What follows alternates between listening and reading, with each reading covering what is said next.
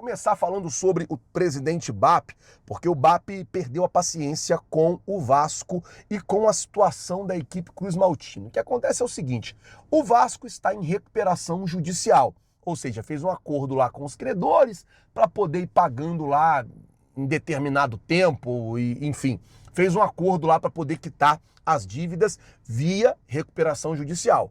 E o Vasco, mesmo estando em recuperação judicial, está aí no mercado, contratou o Sousa, contratou um outro atacante lá, centroavante, tentou buscar um novo empréstimo de 150 milhões no banco, foi vetado aí pela comissão lá da recuperação judicial, mas o Vasco está agindo no mercado como se nada estivesse acontecendo. O BAP foi na comissão do Fair Play financeiro reclamar, pedir para que se fizesse uma investigação nessas contratações do Vasco. E o BAP está certo. Você vê, o Flamengo poderia ter contratado o Luiz Henrique e o Flamengo não contratou porque o Flamengo tinha um valor para contratar o jogador, o Zenit pediu um valor maior e por isso o Flamengo não contratou. O Flamengo respeita o seu fluxo de caixa, mesmo sendo o clube mais rico do Brasil. Então por que Vasco, Corinthians, Botafogo, outros clubes que estão com dificuldade financeira estão contratando a torta e a direita aí, sem dinheiro e sem responsabilidade? O VAP perdeu a paciência, foi para cima do Vasco, entrou na comissão do Fair Play financeiro e pediu para que haja uma investigação nessas contratações feitas pelo Cruz Maltino. Tá certo, porque se o Flamengo respeita o caixa, os outros clubes também têm que respeitar. Se eles não respeitam o caixa, que respeite pelo menos os credores que eles têm aí junto à recuperação judicial. Bom, vamos mudar o assunto, vamos falar agora sobre Gonzalo Plata, porque a informação que saiu no jornal AS é que o Real Sociedad está interessado pela contratação do atacante do Flamengo. Vale lembrar, gente, que a ideia do Flamengo, a necessidade do Flamengo é vender pelo menos um jogador desses que são considerados jogadores mais caros, porque tem lá um limite orçamentário que o Flamengo tem que bater essa meta orçamentária de venda de jogador.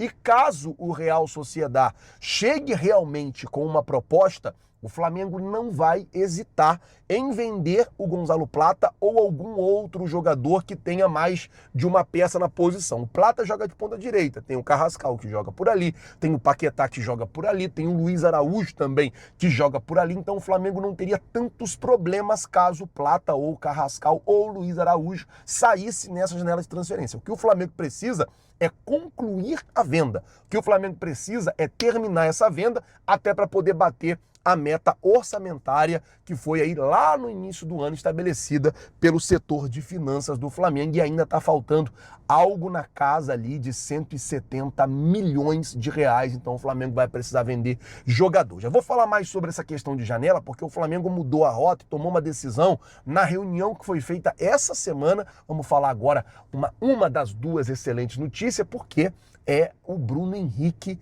que está de volta. O jogador que treinou ontem, treinou hoje e está à disposição do técnico Leonardo Jardim para o jogo de amanhã.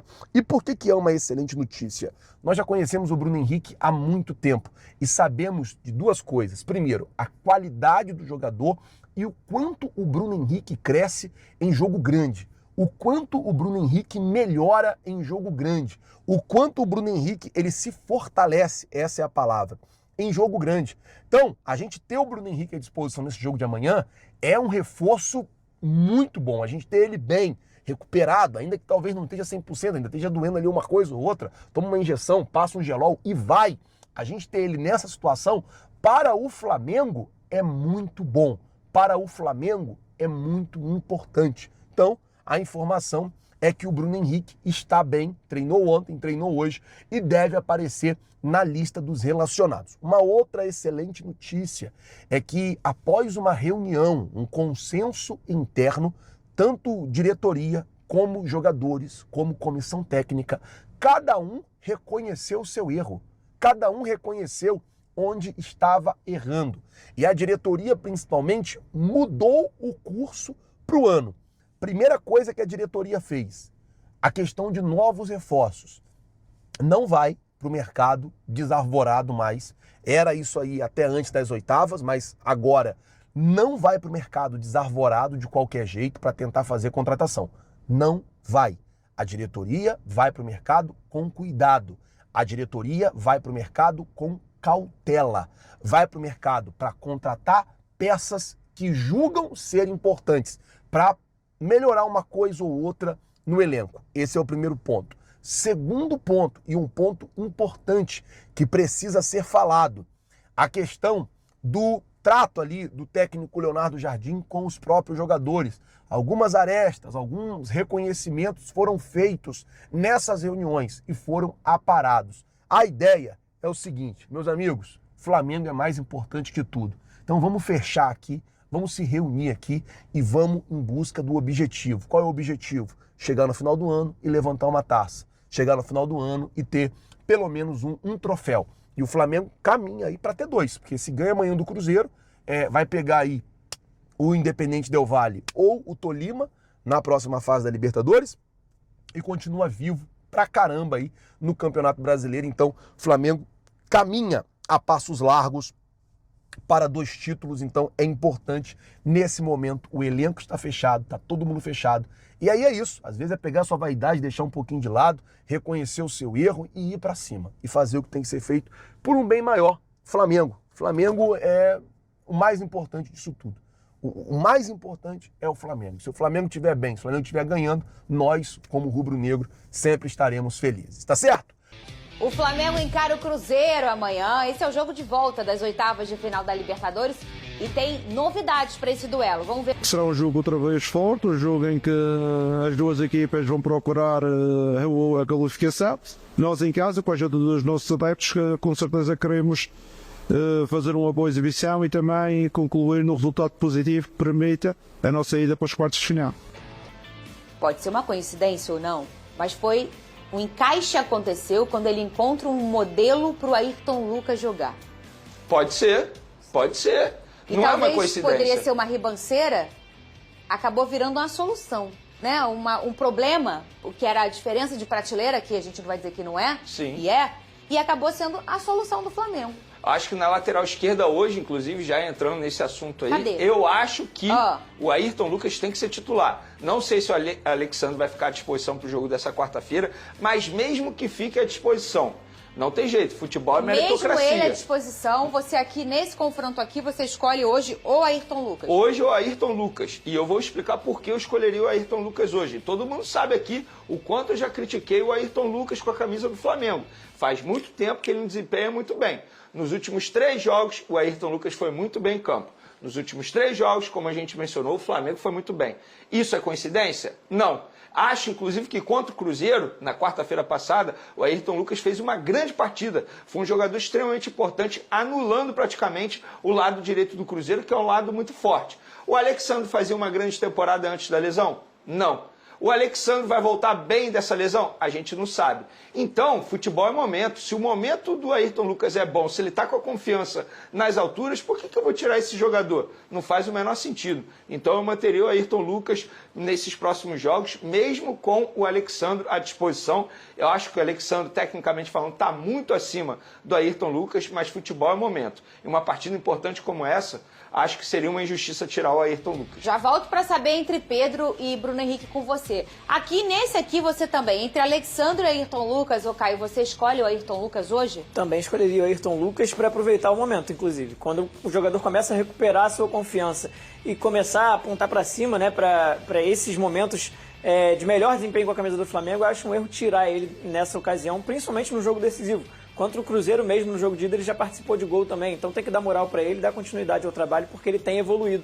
E isso tem gerado resultado pro Flamengo também. O Flamengo tem melhorado coletivamente. Então eu escolheria o Ayrton Lucas também. E aqui, inclusive, Pedro ou Bruno Henrique? Entra no assunto, o estilo de jogo que você mencionou, Sim. entra nesse assunto. Porque os jogadores da parte ofensiva, eles estão trabalhando muito pelo meio. E quem vai fazer as pontas, geralmente, são os laterais. Por isso que, em determinado momento, ele escolhe o Emerson Royal na lateral direita. E, fisicamente, de fato, faz um trabalho melhor que o Varela nesse sentido. Dá mais volume ofensivo. Perfeito. E o Ayrton Lucas faz isso muito bem. Melhor, inclusive, que o Alexandre. Embora o Alexandre, repito, tecnicamente, está acima. Mas o Ayrton Lucas, qual é a principal virtude dele? É o setor ofensivo. Inclusive, ele já atuou como ponta. Então, é por conta disso também que você mencionou. O estilo de jogo acaba se encaixando que com aquilo que o Jardim deseja atualmente. E essa dupla aqui, quem que você escolhe? Pedro ou Bruno Henrique, Vene Casagrande? Ah, a gente fala da importância de gol. Quem faz gol? E o Bruno Henrique também faz gol, mas quem faz mais gol? Pedro. Eu escolho sempre o Pedro. Para mim, no meu time, Pedro é meu centroavante. Mas quem tem mais... Quem dá mais match na Libertadores? Aí o Bruno Henrique. Mas que problema chato, né? Eles têm, a gente não tem o que fazer. Pedro ou cara. Bruno Henrique? Nossa, que problemão. Mas assim, eu escolheria começar com o Pedro por outro motivo. Os dois fazem muito gol, o Pedro é um homem de... São estilos completamente diferentes de atacantes, né? E uma proposta diferente de jogo. Eu acho que o Flamengo jogando no Maracanã e precisando vencer, já que o primeiro jogo foi empate, eu começaria com o Pedro no ataque. Já na estrutura que o Flamengo está mais acostumado a jogar nos pontos corridos, mas que tem dado certo também, com o Pedro de referência. E o Flamengo conseguindo abrir o placar, provavelmente o Cruzeiro vai ter que se lançar ao ataque. E aí, para o segundo tempo, eu colocaria o Bruno Henrique para aproveitar esse contra-ataque em velocidade que o Bruno Henrique ainda tem, é muito assertivo sempre, para tentar explorar as costas da zaga do Cruzeiro.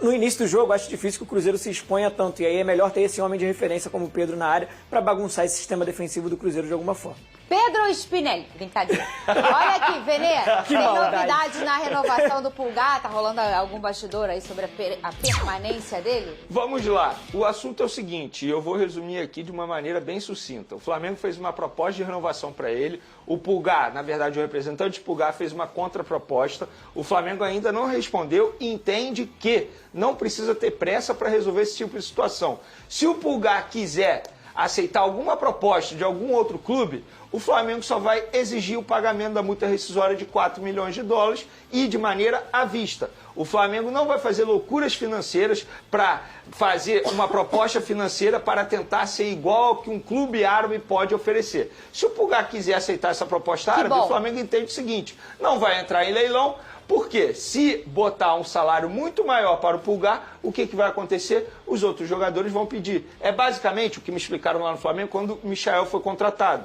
nesse retorno do Michael. O Michael veio ganhando um salário extremamente alto. E todo mundo conversa, todo mundo fica sabendo. O que aconteceu? Todo mundo ficou pedindo renovação de contrato para poder aumentar o salário. Então o Flamengo não vai entrar em leilão salarial. O Flamengo gosta do jogador, entende que é um jogador extremamente importante, mas também tem o outro lado, vai fazer 33 anos. Então o Flamengo não tem nenhuma pressa para resolver essa situação, porque o contrato dele é longo. Tem mais 18 meses ainda de contrato, só acaba dezembro do ano que vem.